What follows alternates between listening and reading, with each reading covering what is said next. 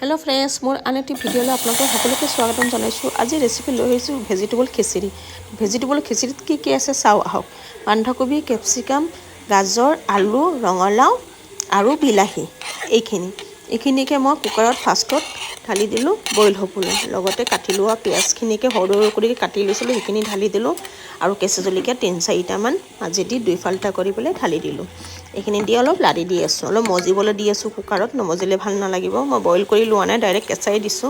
আৰু এতিয়া চাউল আৰু দাইলখিনি ধুই লোৱাখিনি ঢালি দিলো। এটা চাউল আছে মোৰ নৰ্মেল চাউলে হয়, আলা চাউলে হয়, আৰু দাইলত আছে বুটৰ দাইল, অৰহৰ দাইল, মচুৰ দাইল আৰু মুগৰ দাইল।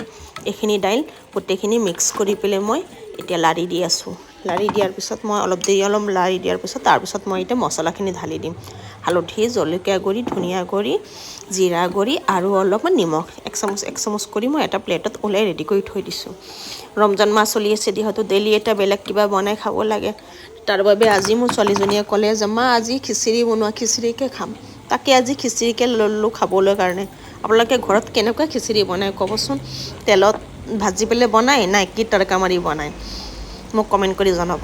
এতিয়া মই আদা নহৰু পেষ্ট, জিৰা, ধনিয়া আৰু হেৰিৰ পেষ্ট দিলোঁ, জলকীয়া গুড়ি পেষ্ট ঢালি দিলোঁ।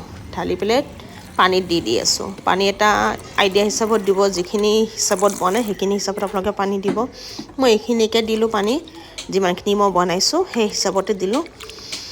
এইখিনি দি পেলাই এতিয়া মোৰ লাৰা হৈ গ'ল। লাৰা হৈ যোৱাৰ পিছত কুকাৰটো মই এতিয়া ঢাকি দিম ধুনীয়াকৈ। কুকাৰত চিটি মাৰিবলৈ দি দিম, 3টামান চিটি আহিবলৈ দিম। চিটি অহা হৈ গ'ল মোৰ এতিয়া কুকাৰত।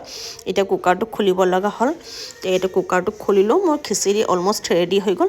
খিচিৰিখিনি অলপ লাৰি দিলোঁ, বেছি শুকাই গ'ল জানিবা। এতিয়া শুকাই যোৱাৰ কাৰণে মই এতিয়া খিচিৰিখিনিত অলপ পানী ঢালি দিম। পানী ঢালি আৰু মানে কি মই নৰম হ'বলৈ দিম, ঢিলা হ'বলৈ দিম, কাৰণ বেছি টাইট খিচিৰি খাই ভাল নালাগে। খিচিৰি এনেকুৱাই ভাল লাগে।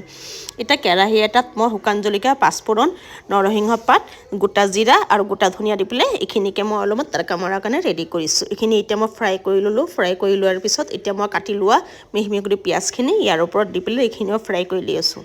এতিয়া কাটি লোৱা পিঁয়াজখিনি ফ্ৰাই কৰাৰ পিছত নহৰু অলপ খুন্দি নহৰুখিনিকো মই ঢালি এইখিনি ফ্ৰাই কৰি দিলোঁ। এইখিনি ধুনীয়াকৈ ফ্ৰাই হৈ যোৱাৰ পিছত এই তৰকাখিনি এতিয়া মই খিচিৰিত ধুনীয়াকৈ ওপৰেদি মই দি পেলাই অলপ লাৰি পেলাই খিচিৰি মোৰ ৰেডি হৈ গৈছে। এতিয়া ৰেডি হৈ গ'ল অলমষ্ট খিচিৰি। এতিয়া আপোনালোকক কেনেকুৱা লাগিছে, কেনেকুৱা হৈছে মোক আপোনালোকে জনাবচোন কমেণ্টত। আৰু আপোনালোকে ঘৰত কেনেকুৱা খিচিৰি বনায় মোক কমেণ্ট কৰি জনাব। আৰু ভিডিঅ'টো ভাল লাগিলে লাইক, কমেণ্ট, শ্বেয়াৰ আৰু ছাবস্ক্ৰাইব এটা কৰি দিব, আৰু ফ'ল' এটাও কৰি দিব। আৰু ওপৰেদি মই এতিয়া দি দিলোঁ দেশী ঘি। এইটো মোৰ থালিত ৰেডি কৰিলোঁ খিচিৰি খাবলৈ কাৰণে। আহক আপোনালোকেও মোৰ লগত একেলগে মিলিজুলি আমি খাম আহক। আপোনালোকক মোৰ ঘৰলৈ সকলোকে স্বাগতম জনাইছোঁ। ধন্যবাদ। সকলো সুস্থ থাকক, খেলি থাকক। Bye bye, good night.